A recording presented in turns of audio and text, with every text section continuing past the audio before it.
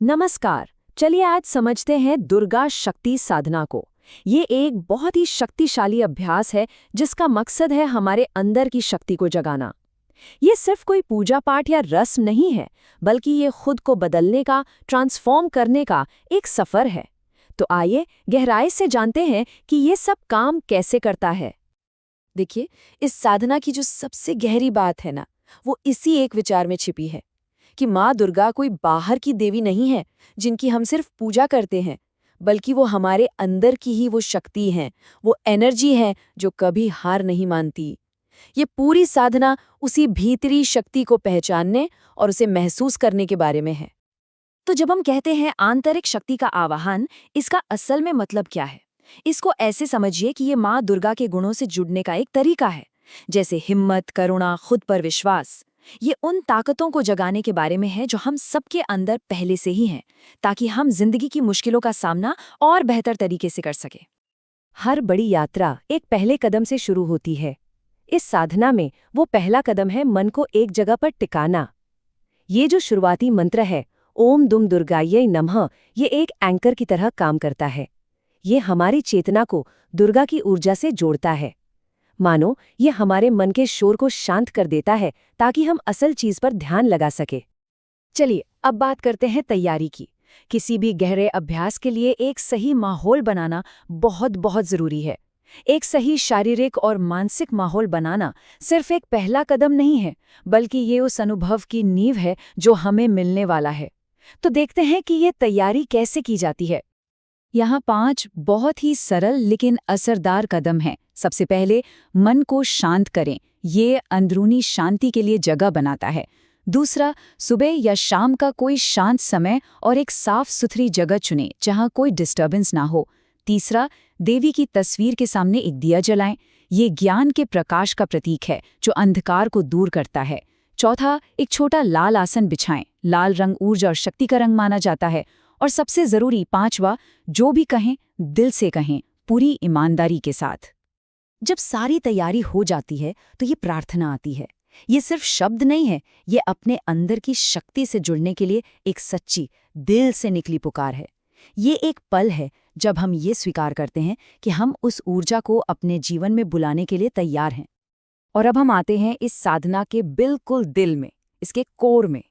यहीं से असली काम शुरू होता है, जहां मंत्र की ध्वनि की शक्ति और एक पावरफुल विजुअलाइजेशन यानी मानसिक कल्पना एक साथ मिल जाती हैं।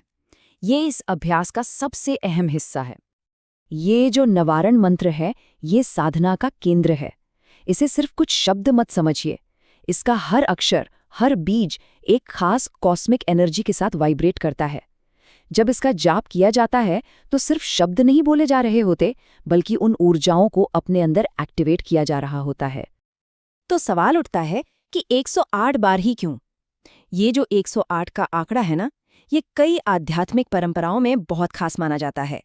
कुछ का मानना है कि ये ब्रह्मांड और हमारी चेतना के बीच के संबंध को दिखाता है, और प्रैक्टिकली देखें तो ये एक रिदम बनाने में मदद करता है, जिससे मन इधर उधर नहीं भटकता और पूरी तरह से अभ्यास में डूब जाता है। तो जैसे ही मंत्र का जाप शुरू होता है, एक बहुत ही पावरफुल कल्पना भी साथ साथ चलती है। आंखें बंद करके ये महसूस करना है कि हृदय के केंद्र से एक बहुत ही जीवंत, एक वाइब्रेंट लाल रंग की ऊर्जा निकल रही है। लाल रंग शक्ति का, जुनून का और जीवन का प्रतीक है। बस महसूस करें कि ये ऊर्जा गर्म है और आपके अंदर धड़क रही है। और अब इस कल्पना को पूरा होने दे। जैसे ही वो लाल रोशनी ऊपर उठती है, उसे अपने पूरे शरीर में फैलते हुए देखें, हर एक कोशिका को, हर एक हिस्से को रोशन करते हुए।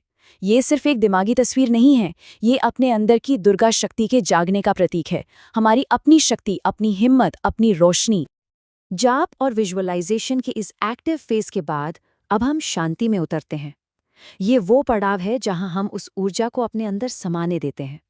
अब जोर कोशिश करने पर नहीं है, बल्कि महसूस करने पर है, उसे ग्रहण करने पर है, और बस उसके साथ होने पर है। यहाँ हमारी सांस ही हमारा सबसे बड़ा टूल बन जाती है। हर सांस के साथ ये कल्पना करनी है कि दिव्य ऊर्जा, शक्ति और स्पष्टता अंदर आ रही है, और हर सांस छोड़ने के साथ डर, शक और हर वो कमजोरी जो हमें रोकी हुई है, उसे बाहर जाने देना है। ये एक बहुत ही खूबसूरत रिदमिक क्लिंजिंग है। पॉजिटिव को अंदर लेना, नेगेटिव को बाहर निकालना। तो हमने सारे स्टेप्स तो समझ लिए, लेकिन ये साधना सिर्फ एक रोज का रूटीन नहीं है, ये उससे कहीं ज्यादा है। इसका गहरा अर्थ क्या है? इसका असली मकसद क्या है? चलिए इसकी अंतिम फिलॉसफी को समझते हैं। एक सवाल मन में आ सकता है, क्या ये सब किसी चमत्कार का इंतजार करने के बारे में है? क्या हम किसी बाहरी शक्ति से हमें बचाने के लिए कह रहे हैं? और यहीं पर सबसे बड़ा सच सामने आता है। ये साधना बाहर से मदद मांगने के लिए नहीं है। ये उस चीज को जगाने का एक रास्ता है जो हमारे अंदर पहले से मौजूद है। हमारी अपनी हिम्मत, हमारा अपना विश्वास। शक्ति का स्रोत बाहर नहीं, बल्कि अंदर ही है। और शायद यही इस साधना की सबसे खूबसूरत बात है। ये जो दिव्य ऊर्जा है, ये किसी एक के लिए नहीं है। ये हर उस इंसान के लिए उपलब्ध है जो सच्चे, खुले दिल से इसे पुकारता है। यहाँ मुश्किल नियमों से ज्यादा जरूरी है आपकी अपनी ईमानदारी। अंत में ये साधना हमें इस प्रार्थना के साथ छोड़ देती है कि हमें धर्म, शक्ति और प्रेम के मार्ग पर चलने की प्रेरणा मिले। ये हमें याद दिलाता है कि जागी हुई शक्ति का असली मकसद सेवा और करुणा है। तो अंतिम सवाल ये है कि इस अंदरूनी शक्ति को दुनिया में कैसे प्रकट किया जाए।